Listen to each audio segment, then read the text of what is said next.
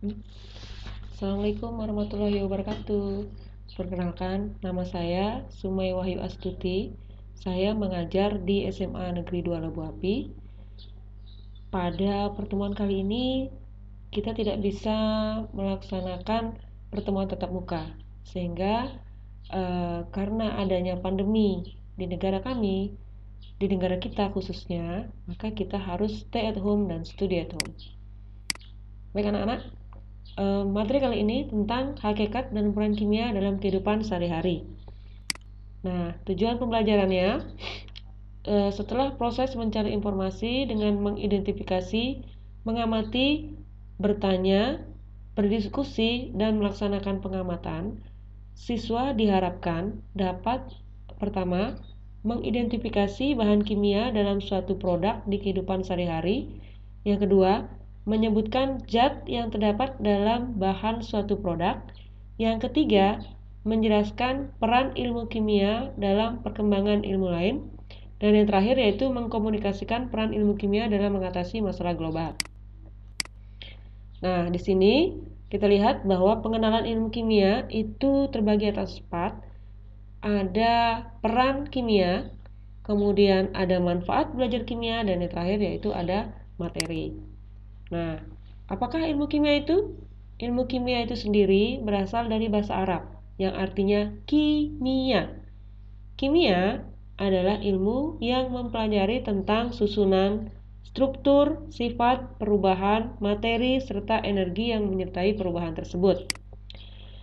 Nah, di sini kita tahu bahwa manfaat dari belajar kimia adalah memberikan pemahaman terhadap pertama, alam sekitar dan proses yang akan terjadi. Yang kedua, produk yang menimbulkan masalah. Yang ketiga, produk yang bermanfaat. Yang keempat, bahan kimia yang berbahaya bagi tubuh.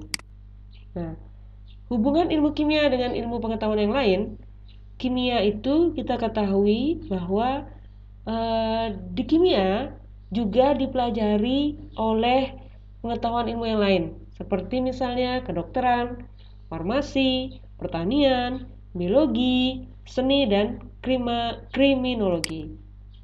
Nah, di sini kita dapat lihat bahwa penggunaan kimia kedokteran yaitu untuk mendiagnosis penyakit, kemudian kimia farmasi untuk obat-obatan, kemudian kimia pertanian untuk pupuk, kemudian kimia biologi untuk metabolisme.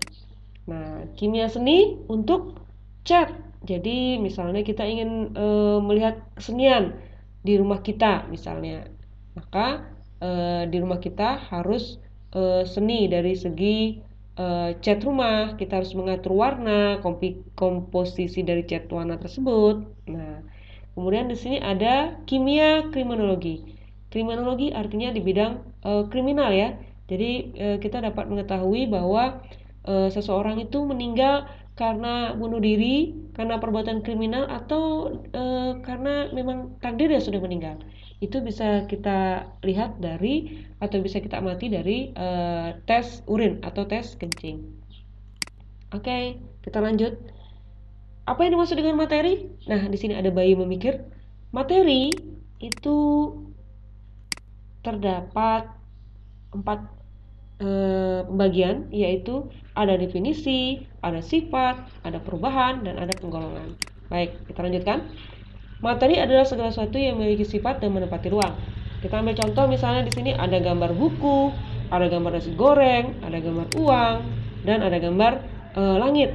Nah, semua itu tergantung dari ruangannya dan ruangan yang tepat pastinya ya. Tidak mungkin ada uang ada di langit, tidak mungkin ada nasi goreng ada di langit, atau tidak mungkin ada buku juga ada di piring ya.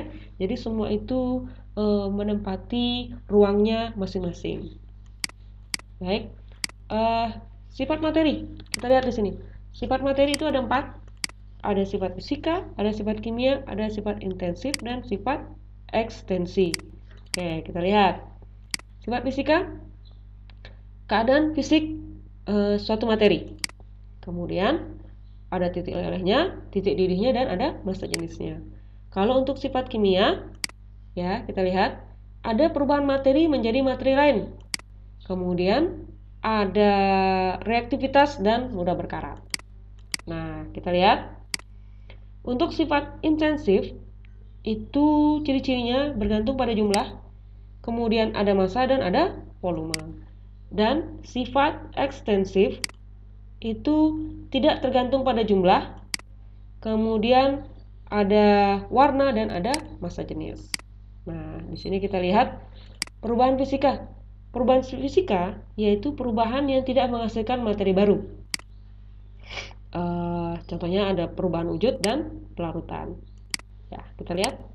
Nah, di sini ada gambar gelas yang sudah diisi air kemudian ditaburi dengan garam. Ketika kita larutkan, maka garam akan larut sempurna dan menghasilkan larutan gula. Ya, kita lihat skema pembagian zat atau fase zat. Ada cair, padat, dan gas. Kita lihat, kalau cair menjadi padat namanya membeku. Kalau padat mencair berarti dia melebur. Kalau padat ke gas berarti dia menyublim. Kalau gas ke padat berarti dia mengkristal. Kalau cair ke gas berarti dia menguap. Kalau gas ke cair berarti dia mengembun. Kemudian ada perubahan kimia. Ya, kita lihat. Perubahan kimia berarti perubahan yang menghasilkan materi baru. Nah, misalnya di sini ada apel. Apel ini kalau kita makan kemudian tidak habis, dia akan berubah menjadi warna coklat. Berarti dia terjadi perubahan materi baru ya. Nah, kemudian ada kembang api. Kembang api ini ketika kita bakar dia akan menghasilkan warna dan sisa pembakarannya yaitu berupa abu. Nah, kita lihat nih. Reaksi kimia. Reaksi kimia itu punya ciri, yaitu ciri-cirinya adalah adanya perubahan warna, adanya perubahan suhu, adanya pembentukan endapan, dan adanya pembentukan gas. Baik, kita lanjutkan. Penggolongan materi. Penggolongan materi itu terbagi atas dua, ada zat tunggal dan ada zat campuran. Dan zat tunggal itu juga dibagi lagi menjadi unsur dan senyawa. Kemudian campuran terbagi lagi menjadi homogen dan heterogen. Kemudian untuk campuran lagi terbagi atas koloid. Jadi campuran itu ada 3, homogen, heterogen, dan koloid. Nah, di sini ada unsur. Unsur terbagi atas 3, yaitu logam, metaloid, dan non-logam. Nah, kita lanjutkan. Zat tunggal terdiri dari satu jenis. Zat yang paling sederhana di sini kita ambil contoh yaitu unsur. Unsur berarti dia hanya satu, sejenis, yaitu ada oksigen dan ada hidrogen.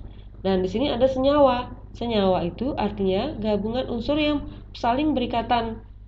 Sudah pasti ya berikatannya di sini berarti berikatan kimia. Contohnya adalah air dan cuka.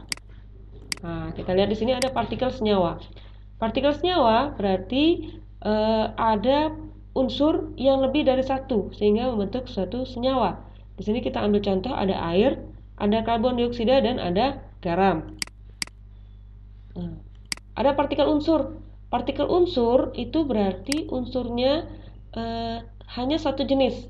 Tapi jika dia dua jenis dan memiliki bentuk yang sama, itu berarti dikatakan sebagai unsur molekul. Nah, kita lihat seperti gambar di C, ini sejenis tapi banyaknya 2. Maka kita kasih nama dia dengan nama molekul.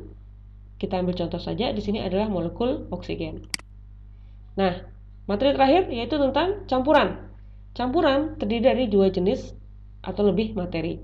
Campuran itu sendiri terbagi atas 3, yaitu larutan, suspensi, dan koloid.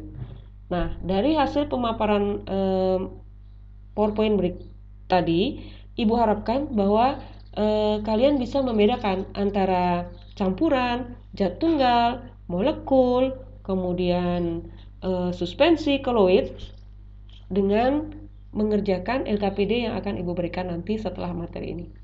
Sekian dari Ibu, tetap jaga kesehatan dan terima kasih. Wassalamualaikum warahmatullahi wabarakatuh.